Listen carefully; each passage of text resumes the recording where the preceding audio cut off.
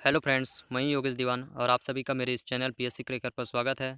दोस्तों, आज हम देखेंगे 22 अप्रैल के कुछ महत्वपूर्ण करंट अफेयर्स जो कि दोस्तों काफ़ी सारे कॉम्पिटिटिव एग्जाम्स के लिए बहुत ही महत्वपूर्ण हैं। चलिए दोस्तों, स्टार्ट करते हैं आज का लेक्चर। और दोस्तों, लेक्चर स्टार्ट करने से पहले अभी तक आपने मेरे इस चैनल को सब्सक्राइब नहीं किए हैं तो सब्सक्राइब कर लीजिएगा, ताकि मुझसे रिलेटेड जो भी अपडेट्स हैं दोस्तों आपको टाइम टू टाइम मिलता रहे। तो चलिए दोस्तों, स्टार्ट करते हैं आज का हमारा पहला क्वेश्चन। तो दोस्तों, पहला क्वेश्चन देखते हैं। राष्ट्रीय सिविल सेवा दिवस कब मनाया जाता है? तो दोस्तों, इसके लिए ऑप्शंस हैं हमारे पास। ऑप्शन ए है 21 अप्रैल, ऑप्शन बी है 20 अप्रैल, ऑप्शन सी है 19 अप्रैल, ऑप्शन डी है 18 अप्रैल। तो इसका राइट आंसर बताएंगे दोस्तों। तो इसका राइट आंसर दोस्तों हमारे पास ऑप्शन ए। ऑप्शन ए है दोस्तों 21 अप्रैल। तो दोस्तों 21 अप्रैल को प्रतिवर्ष राष्ट्रीय सिविल सेवा दिवस मनाया जाता है। तो दोस्तों, इसके बारे में डिटेल से देख लेते हैं। भारत में लोक सेवा दिवस प्रतिवर्ष 21 अप्रैल को मनाया जाता है। यह केंद्र और राज्य सरकारों के विभिन्न विभागों में लोक प्रशासन में लगे अधिकारियों द्वारा किए गए जबरदस्त काम की सराहना करने का जो है दोस्तों दिन है। ठीक है, आगे देखते हैं दोस्तों दिवस के बारे में।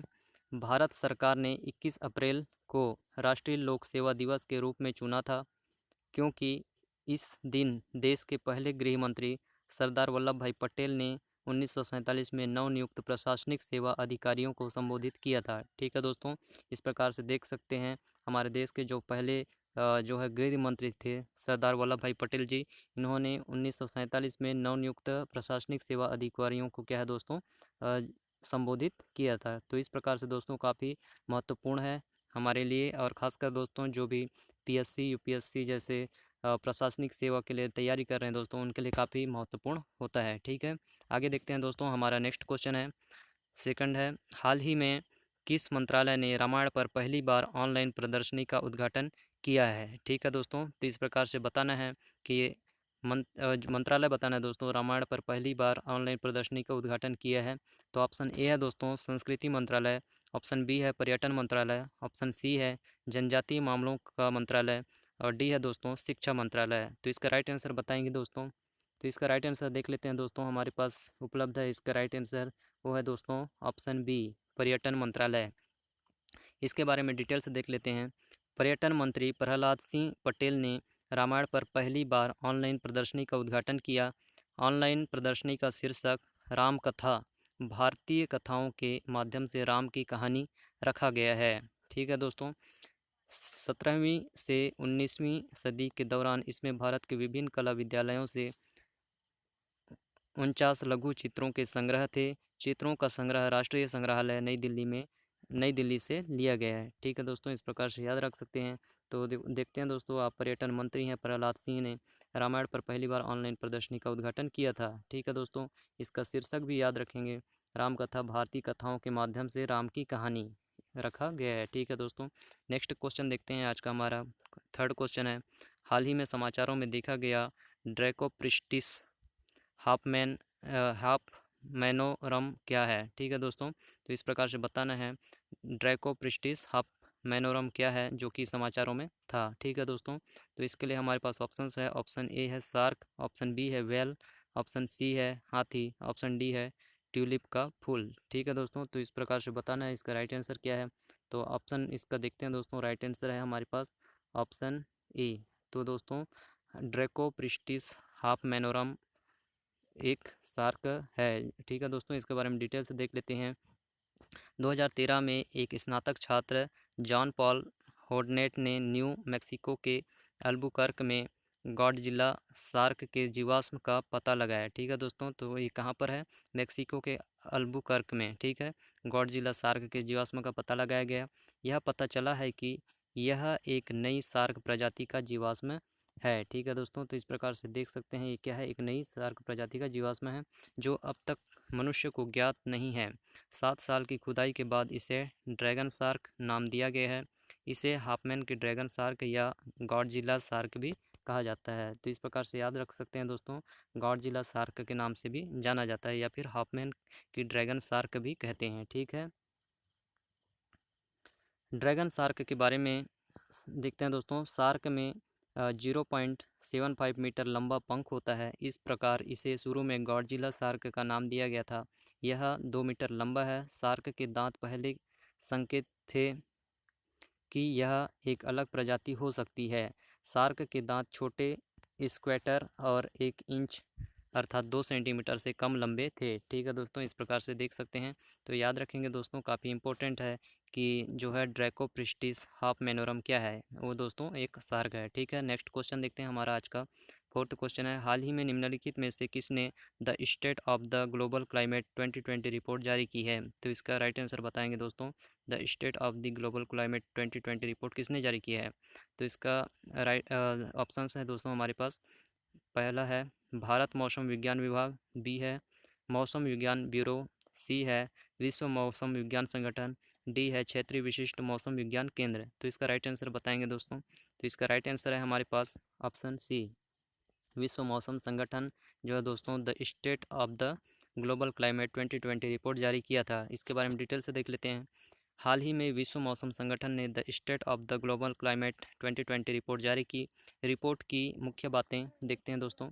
साल 2011 से 2020 सबसे गर्म दशक रहा। इस प्रकार से याद रख सकते हैं दोस्तों।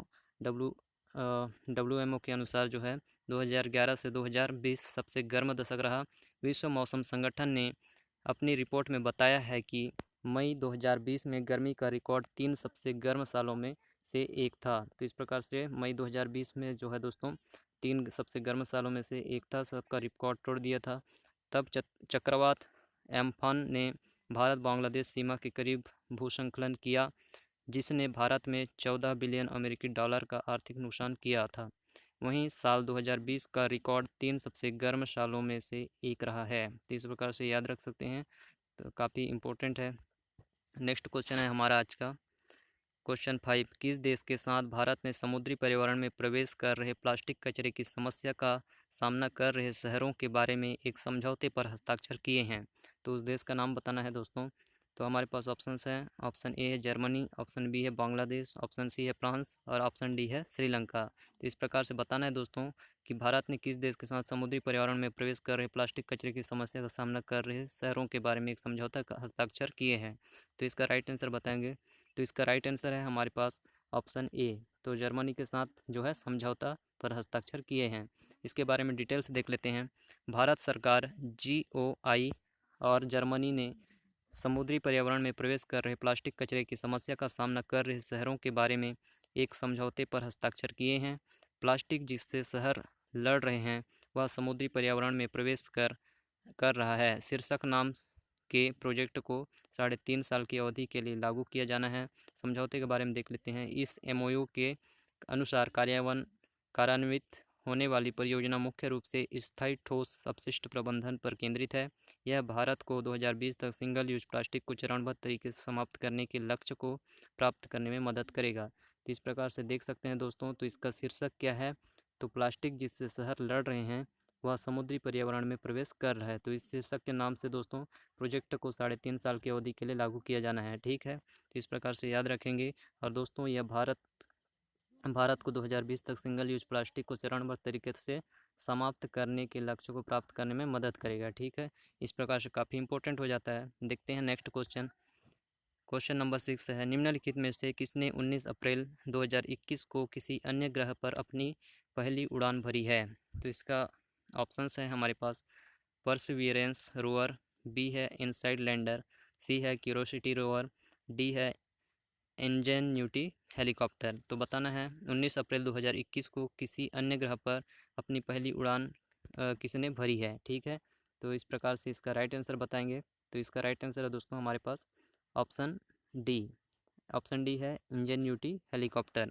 तो इंजेन्यूटी हेलीकॉप्टर जो है 19 अप्रैल 2021 को किसी अन्य ग्रह पर अपनी पहली उड़ान भरी है। इसके बारे में डिटेल से देख लेते हैं। 19 अप्रैल 2021 को नासा के इंजेन्यूटी मार्स हेलीकॉप्टर ने मंगल ग्रह पर अपनी पहली उड़ान भर कर इतिहास रच दिया है। इसने पृथ्वी के अलावा किसी भी ग्रह पर पहली संचालित नियंत्रित उड़ान को पूरा किया जो लंबवत मंडराता और लैंडिंग करता है। ठीक है, इस प्रकार से याद रखेंगे। और इंजेन्यूटी के बारे में देख लेते हैं। यह 18 फरवरी 2021 से मंगल पर रखा गया एक छोटा रोबोटिक हेलीकॉप्टर है। ठीक है, तो इस प्रकार से देख रहे हैं दोस्तों, यह 18 फरवरी 2021 से क्या है, मंगल पर रखा गया एक छोटा रोबोटिक हेलीकॉप्टर है। इंजेन्यूटी दूसरे ग्रह में संचालित उड़ान का एक प्रौद्योगिकी प्रदर्शन है। तो इस प्रकार से देख सकते हैं दोस्तों कि दूसरे ग्रह पर संचालित उड़ान का एक क्या है, प्रौद्योगिकी प्रदर्शन है। ठीक है, नेक्स्ट देखते हैं, हमारा आज का 7वां क्वेश्चन है, विश्व प्रेस स्वतंत्रता सूचकांक 2021 के संबंध में निम्नलिखित कथनों पर विचार करें। तो बताना है दोस्तों, विश्व प्रेस स्वतंत्रता सूचकांक 2021 है, उसके बारे में कुछ कथन दिया गया है, उसमें से बताना है कि कौन सा सही है। हमारे पास फर्स्ट है, भारत को 180 देशों में से 142वें स्थान पर रखा गया है। और सेकंड है दोस्तों, इरिट्रिया सूचकांक के निचले स्थान पर 180वें स्थान पर है। तो इसमें से बताना है कि कौन सा हमारा सही आंसर है, निम्नलिखित बयानों में से कौन सा सही है। तो हमारे पास दोस्तों ऑप्शंस हैं, ऑप्शन ए है केवल एक, ऑप्शन बी है केवल दो, ऑप्शन सी है ए और बी दोनों, ऑप्शन डी है उनमें से कोई नहीं। तो इसका राइट आंसर बताएंगे दोस्तों, तो इसका राइट आंसर है ऑप्शन सी, अर्थात ए और बी दोनों ही सही हैं। तो दोस्तों, भारत को 180 देशों में से 142वें स्थान पर रखा गया है और इरिट्रिया दोस्तों इस सूचकांक में सबसे निचले स्थान अर्थात 180वें स्थान पर है। ठीक है, इसके बारे में डिटेल्स देख लेते हैं। ए एंड बी दोनों कथन सही हैं। कथन ए दोस्तों, 20 अप्रैल 2021 को जारी नवीनतम विश्व प्रेस सूचकांक या स्वतंत्रता सूचकांक अर्थात वर्ल्ड प्रेस फ्रीडम इंडेक्स 2021 में 180 देशों में से 142वें स्थान पर है। भारत 2020 में भी 142वें स्थान पर था। कथन सेकंड देखते हैं, इरिट्रिया सूचकांक के निचले स्थान पर 180वें स्थान पर है। प्रमुख बिंदु देख लेते हैं, यह सूचकांक 180 देशों और क्षेत्रों में प्रेस की स्वतंत्रता की स्थिति का मूल्यांकन करने के लिए अंतर्राष्ट्रीय पत्रकारिता not for profit body reports without borders द्वारा हर साल प्रकाशित किया जाता है। तो इस प्रकार से दोस्तों जो है कौन प्रकाशित करता है, इसको याद रखना बहुत ज़रूरी है। तो दोस्तों रिपोर्ट से जो है विदाउट बॉर्डर्स द्वारा हर साल प्रकाशित किया जाता है। नॉर्वे ने 5वें वर्ष के लिए अपना शीर्ष स्थान बरकरार रखा है। तो इस प्रकार से याद रखेंगे दोस्तों, जो है नॉर्वे हर वर्ष अभी लगातार 5 वर्ष के लिए सबसे ऊंचे स्थान पर, शीर्ष स्थान पर है, बरकरार है। इसके बाद फिनलैंड और डेनमार्क क्रमशः दूसरे और तीसरे स्थान पर हैं। तो इस प्रकार से याद रखेंगे, जो है फिनलैंड और डेनमार्क है क्रमशः दूसरे और तीसरे स्थान पर हैं। तो इस प्रकार से हम आप देख रहे हैं दोस्तों, तो इस प्रकार से जो क्वेश्चन है काफ़ी महत्वपूर्ण है। ठीक है, और दोस्तों इस प्रकार से हमने आज टोटल 7 क्वेश्चन देख लिए हैं, जो कि 22 अप्रैल से है, 22 अप्रैल का है। तो इस प्रकार से दोस्तों आई होप कि मेरा ये लेक्चर आप लोगों को पसंद आया होगा दोस्तों। ठीक है, और दोस्तों अगर लेक्चर पसंद आता है तो प्लीज़ लाइक कर दीजिएगा। और दोस्तों अभी तक मेरे इस चैनल को सब्सक्राइब नहीं किए हैं तो आप सब्सक्राइब कर लीजिएगा, ताकि मुझसे रिलेटेड जो भी अपडेट्स है आपको टाइम टू टाइम मिलता रहे। और साथ ही दोस्तों आपको अच्छा भी लगता है तो दोस्तों साथ ही अपने दोस्तों के साथ शेयर भी कीजिएगा, ताकि उनको भी करंट अफेयर्स के बारे में अच्छा से पता चल सके। ठीक है दोस्तों, तो आज के लिए इतना ही, फिर मिलते हैं दोस्तों नेक्स्ट लेक्चर में। आप सभी को मेरे तरफ से धन्यवाद और जय हिंद।